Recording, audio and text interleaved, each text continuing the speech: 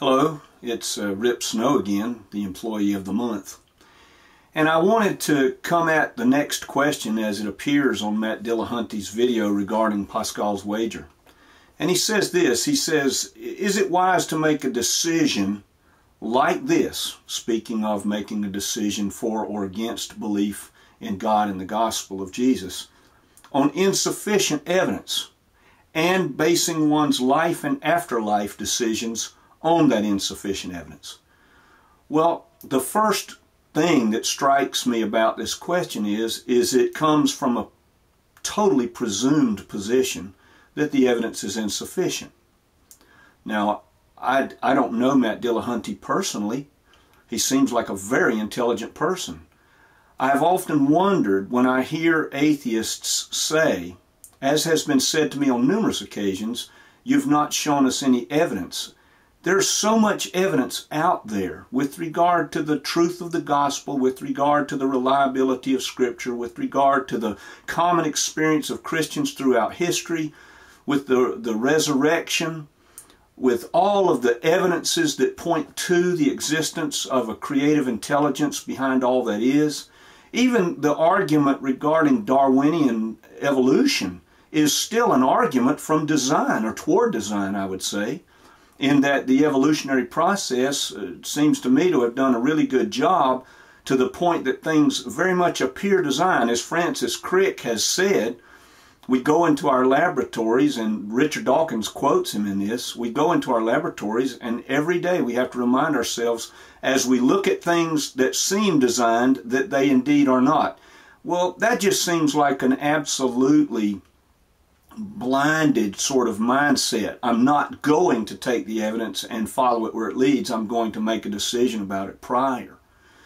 In this particular way this question is framed, that's exactly the assumption, that the evidence is insufficient. Well, I could point Matt Dillahunty or anybody of interest who's interested in this question to many, many Christians of vast intellectual capacity who see the evidence as perfectly sufficient for their belief, and that their belief is well warranted by that evidence. So it's not something wherein the evidence is simply lacking. It's that the evidence is selectively lacking. That is, the person is saying, I'll not accept this evidence or that as real evidence. Well, what kind of evidence are we speaking about here? Well, with the case of the gospel, the only evidence that's available to us is historical evidence. There's no way to empirically go back and verify any of these things other than that touch point of history that we have via the writings.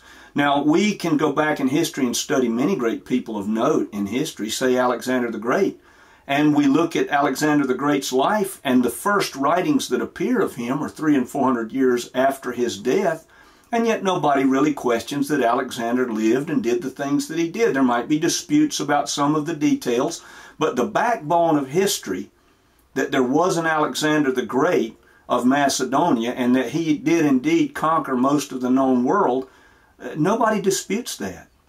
It's interesting to me that we come to the question of the Gospels with 4 Gospel sources, the Church Fathers within the first 200 years giving us another 25 or so, and then the extra-biblical sources, well over a dozen, by some counts 17, all of which give us enough information about Jesus that there's absolutely no question that Jesus lived, and that he was a person of note, and that the things that we believe about him as Christians are substantiated by the historical data that we have.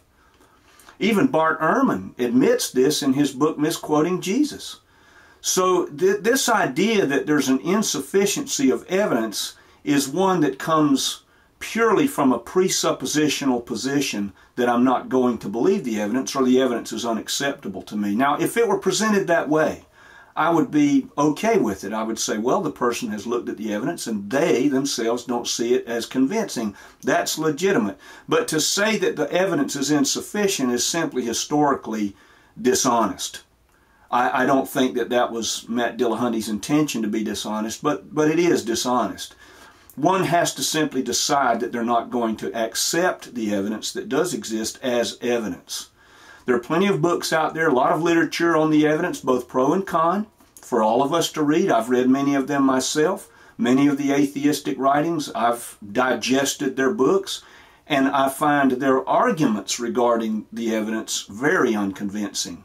The evidence has convinced me, and many others of high intellectual standing in both the scientific and academic communities, who see the evidence as more than sufficient for their belief. So, no, I would agree with Matt Dillahunty entirely here. Do not base your life decisions or your afterlife decisions on insufficient evidence. But in the case of the Christian gospel, the evidence is not insufficient at all, unless one wishes to see it that way from the outset. Thank you very much, and let me know what you think. Thank you.